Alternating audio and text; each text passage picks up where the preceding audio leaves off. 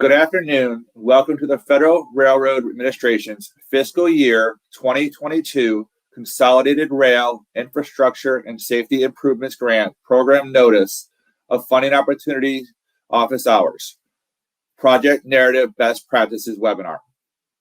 Before we begin, I would like to take you through the items you see on your screen. The PowerPoint presentation for the webinar appears in the top left window of your dashboard. If you have problems viewing the presentation slides, ensure that you are not using a web browser to view the webinar. If you are, exit the webinar, download the Adobe Connect desktop application, and re-enter the webinar through the Adobe Connect desktop application. In the troubleshooting tips pod at the bottom left of your dashboard are some internet, network, video, and audio troubleshooting steps to ensure that participants can both hear and see the presentation. Next to the troubleshooting tips pod is the web links pod. To view the web links, double-click the title of the link. At the bottom right of the Adobe Connect dashboard is a technical support pod. This is where you can ask our support team questions about any technical issues you are having. Above the technical support pod is the Q&A session questions pod for question and answer session. This is where you can ask questions that will be answered during the Q&A portion of today's presentation. Thank you to all who submitted pre-webinar questions. Please note that a recording of today's presentation will be uploaded to FRA's website in about a week. The presentation file will be available about 24 hours from now. Before the presentation begins, I would like to go over the webinar format. We will start with a brief welcome and then launch into the presentation. Following the presentation portion of the webinar, we will have a question and answer session where FRA will address your pre-webinar questions and those posted in the Q&A session question pod. And now I would like to hand the presentation over to Sergio Coronado. Good afternoon, everyone. My name is Sergio Coronado. As stated, I'm with FRA's Office of Rail Program Policy and Evaluation. Our office handles all of FRA's discretionary grant programs. You may also remember me from the Railroad Crossing Elimination Project Narrative webinar if you attended. I should note that some of the information from that webinar will also be on this webinar, but it's always safe to kind of repeat information that is helpful. So welcome to the second iteration of the CRISI office hours. Let's go ahead and get started. So our agenda for today. I'll provide you with an overview of our competitive grant process and why having a strong narrative is important along this process. We'll also go over the basics of the narrative, covering everything from the cover page itself to addressing issues such as environmental readiness and DOT strategic goals. I know we've got some questions about that information. I'll also be covering a lot in this short presentation and pointing out a couple of resources throughout some of these slides. Don't worry about writing them all down. I do have a slide at the end dedicated to some of these resources with hyperlinks for each tool. I should also note that, of course, this presentation will be posted on our website. You can review it at your leisure, or if you want to listen to me again, it'll be posted and recorded as well. And then, of course, at the end of the presentation, we'll take questions that were submitted ahead of time and any questions that are coming in live. So as mentioned, I'll be kind of covering FRA's competitive discretionary grant process. To start, it's really a four-part process. We start with our intake and eligibility. So we essentially are looking to see that your project itself is eligible according to the criteria of the NOFO and whether you yourself are eligible. We're also screening your application to make sure all the appropriate documents are there, such as your statement of worth and, of course, your project narrative, which we're covering today. If everything checks off, we'll move to the evaluation period. This is where we kind of look at your project's benefits and the technical merits of your application. We want to ensure that you, the applicant, are capable of carrying out this project, looking at your experience with other federal funding, whether that's from FTA or federal highways or even state funding.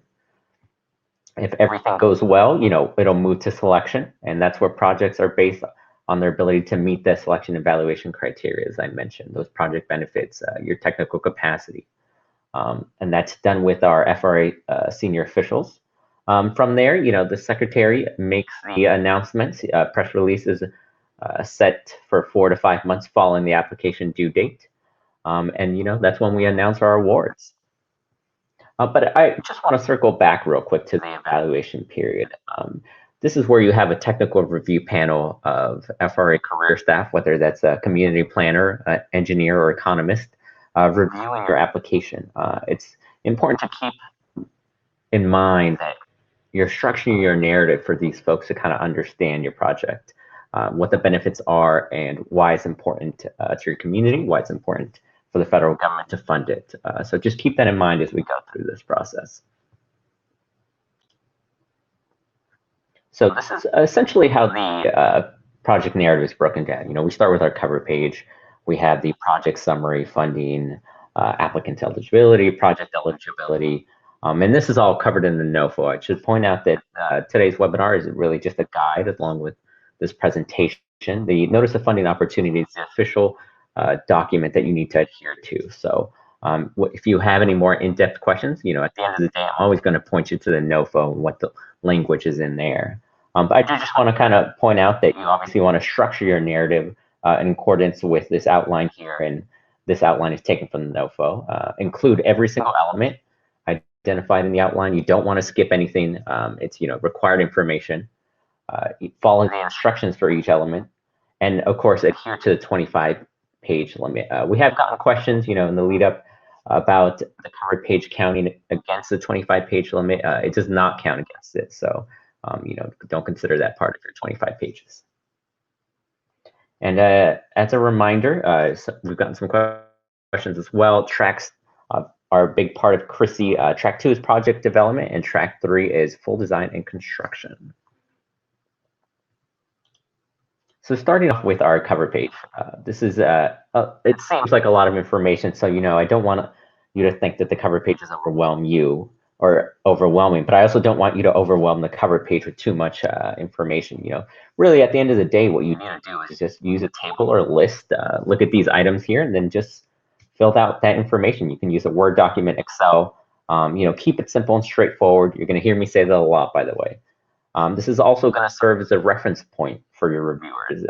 When they need to go back and look at how much funding is in your application, primarily going to use your cover page. So it's important to keep it simple. And we have everything from our project title, which again, we want to keep straightforward. You don't need a super crazy title covering the whole state's safety improvements. You just really need to tell us what your scope of work is, and keep it relevant as well. Related to the scope of work. Again, I can't stress that enough. It tells how much funding you're requesting in this grant application, your proposed match, your total project cost, of course, the city and state location, whether it's a rural project, if you can identify the percentage of that total project that's in that rural area, please tell us so. And these other items that fall under here, is this project seeking the development of new intercity passenger rail routes or development, implementation of measures to prevent trespassing and maglev. These are our set-asides. CRISI is a pretty large program, so we kind of just want you to tell us upfront what kind of funding you're coming in for. I'm sure at one point you've attended the NOFO webinar, which kind of outlines these to a greater extent. Just let us know which category you're coming in for. I should also point out regarding planning documents, you'll see a range here, state rail plan, state action plan, long range transportation plan. These are examples. At the end of the day, we want you to provide us with equivalent planning document. You don't need to restrict yourself to just one of these. Of course, if it applies, please list them all, but we just want to see that there's an equivalent planning document out there. So when it comes to your project summary, we really just want a brief description, about 4 to 6 sentences. Tell us what your project is, where it is, how much money you are requesting, and why. Keep it simple. Don't front load all your information. And by that, I mean, you don't have to tell us every aspect of, your project's benefits here, how it impacts your state, your county, or your city. You really just need to tell us the scope of work at this point, the location, and how much money you're requesting. A perfect example actually is our FY21 CRISI press releases. You'll see projects summarized very succinctly. Feel free to model your project summary off of these examples. No need to reinvent the wheel. We've already kind of created the perfect example for you. You can kind of just modify it to your proposal and to your project. You really, again, don't need to delve into the history of your railroad or, provide any optional information here. There's going to be opportunities for you to expand on your project benefits, and you don't need to do that here. You really, again, just need to tell us the scope of your work, your location, and your funding amount.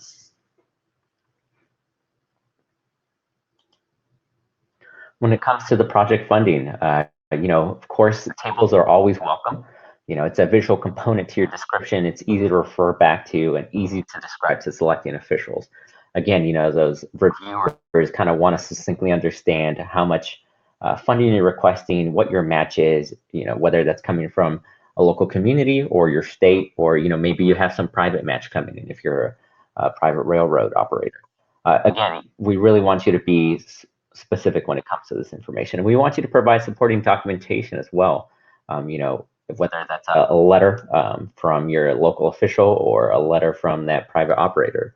We also want you to provide details about any in-kind match. Indicate whether it's public or private sector funding, of course. And if you are relying on another competitive grant from, say, a state, we'd like you to indicate that these funds may not be available until a certain date, or if those funds need to be spent by a deadline. We'd like to know all that information. So, we ask that you include a table, of course, that succinctly lists out the funding, but we also ask for perhaps a narrative where you can kind of expand on some of this information, where you, again, are providing a visual component and a descriptive component of your funding. So we ask you to provide both, and again, be succinct and provide supporting documentation, whether that's in the form of attachments that, again, are in an appendix, or whether those are hyperlinks. Both are acceptable. Now, when it comes to applicant and project eligibility, CRISI is a pretty large program. In fact, it's one of our largest. There's a number of eligible activities and applicants. I couldn't even fit them into these two screenshots off to the right-hand side. So I strongly encourage you to look at the NOFO, cross-reference your project and yourself to kind of understand where you fit best. As a step one there, look at the NOFO, match your project to eligible project type, match your applicant to eligible applicant, and make your case. Describe how both you and your project fit these criteria. Again, providing that supporting documentations, those citations, those hyperlinks. If you're telling us you're a political subdivision, please, provide the necessary citations to support this.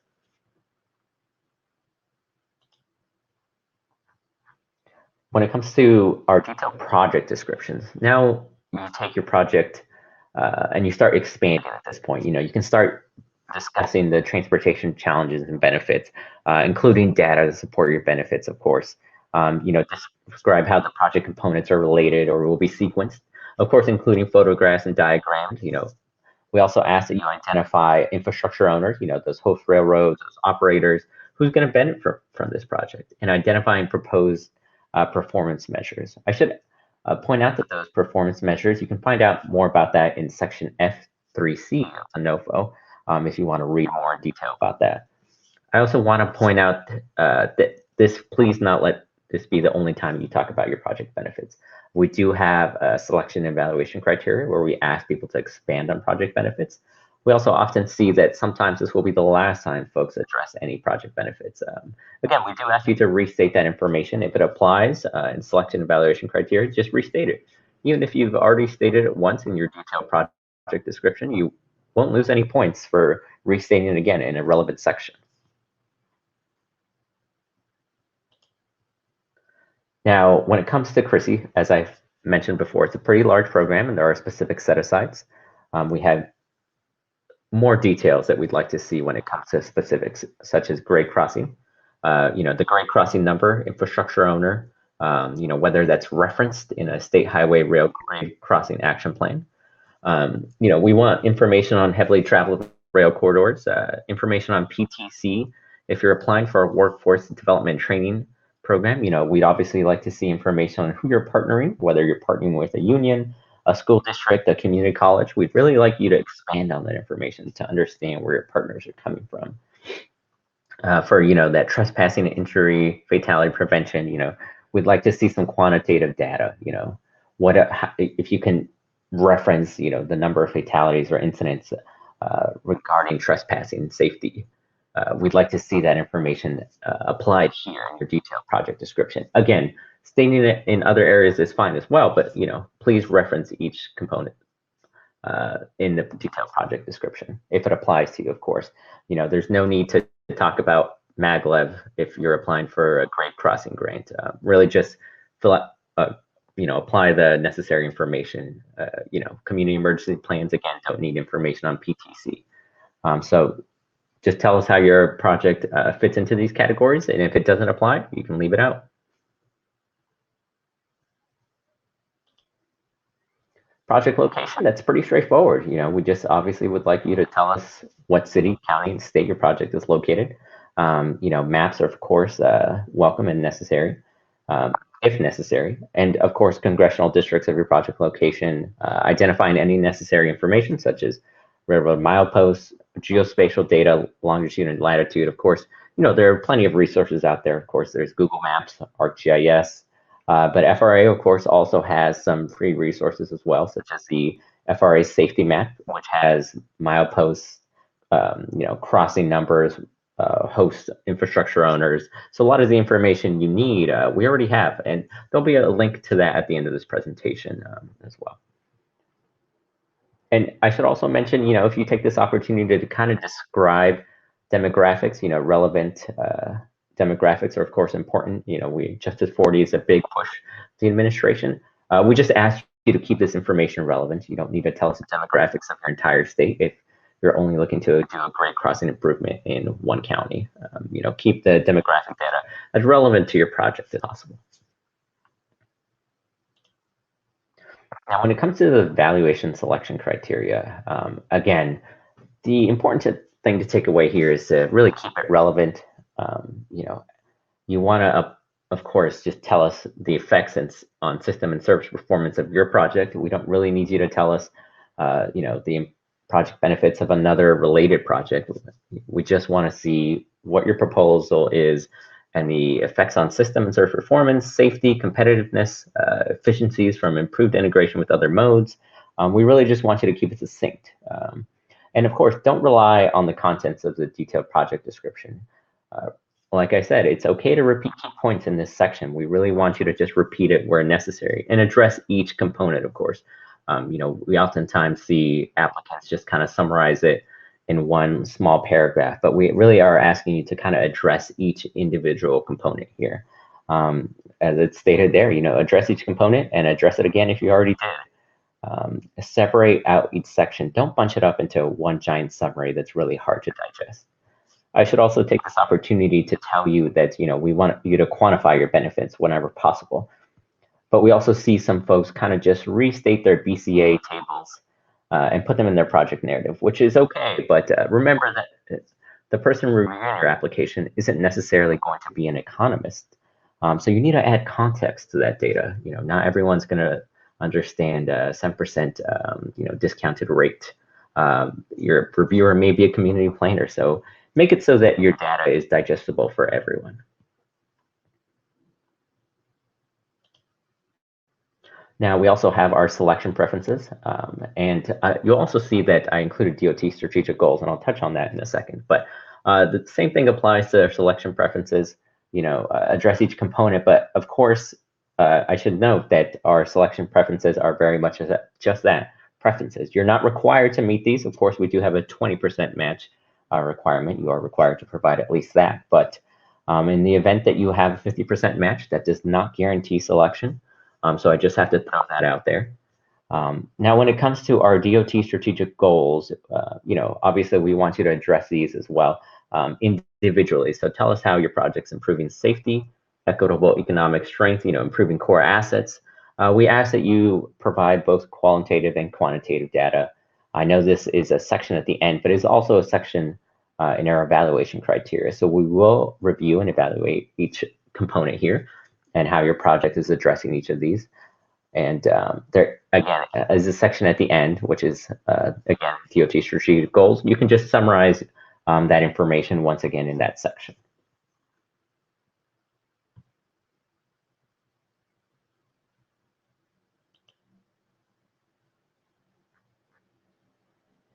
So when it comes to project implementation and management, again, this is your opportunity to kind of highlight your experiences managing and overseeing similar projects, whether that's, RAISE, previously known as Tiger Bill, or even, of course, previous CRISI grants.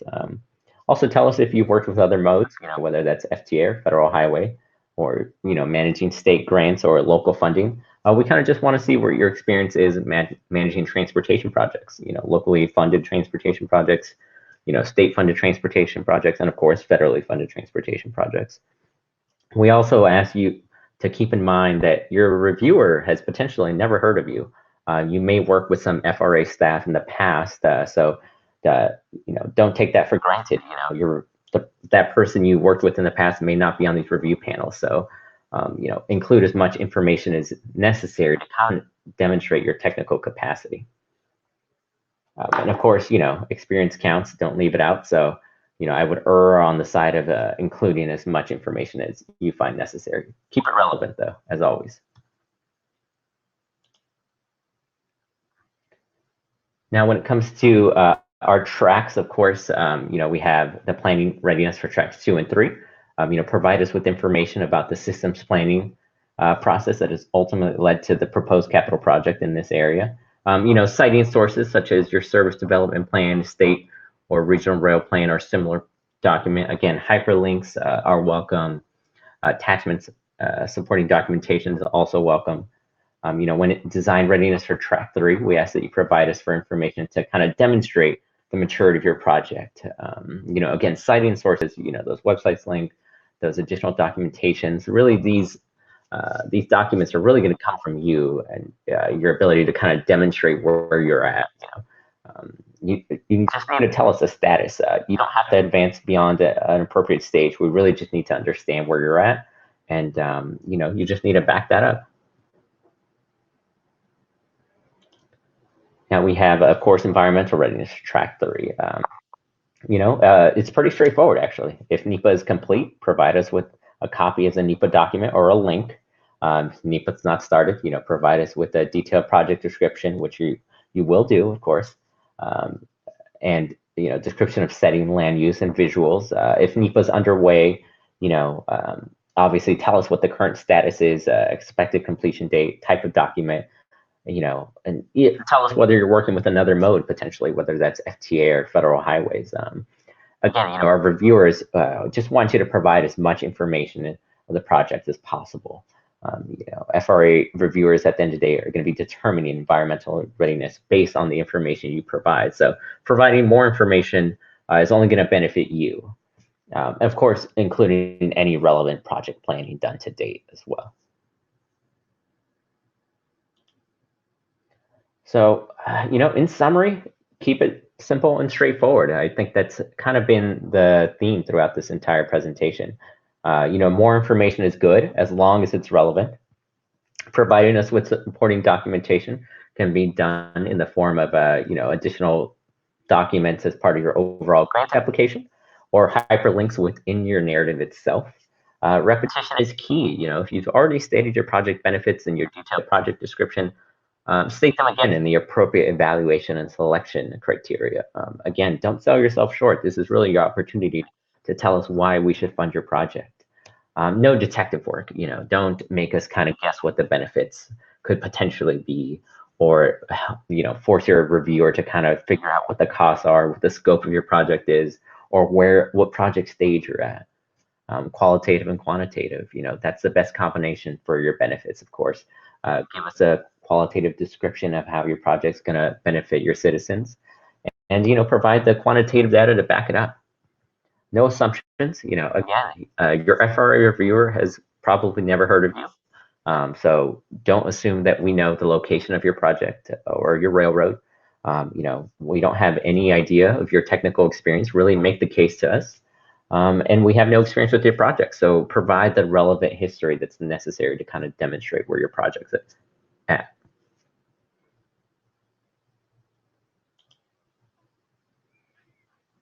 So as a promise, here are a couple of narrative tools broken up into 2 slides. So this is kind of each component of the narrative itself, and some relevant tools on kind of where to find more information and look for. The presentation itself is hyperlinked, so you can kind of just click these links and pull the information that you need. As promised, everything from FRA safety maps to the CRISI press release are on there, to templates, of course, for both your statement of work or reporting.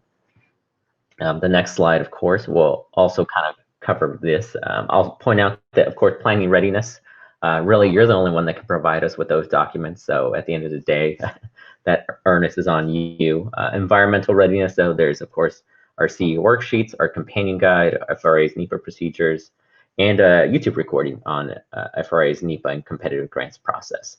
For strategic goals, obviously, we have some information in NOFO, but of course, our DOT strategic plan is also available. So at this point, that more or less wraps up the presentation. Thank you, Doug and Sergio. Thanks, everyone, for joining us today for the fiscal year 2022 Consolidated Rail Infrastructure and Safety Improvements Grant Program Notice of Funding Opportunity Office Hours Project Narrative webinar. Recording of today's webinar will be available on FRA's website in the next week. The webinar will end in 20 seconds. Please copy or screenshot the content information on the screen. Please note we will email all web links to you after the webinar.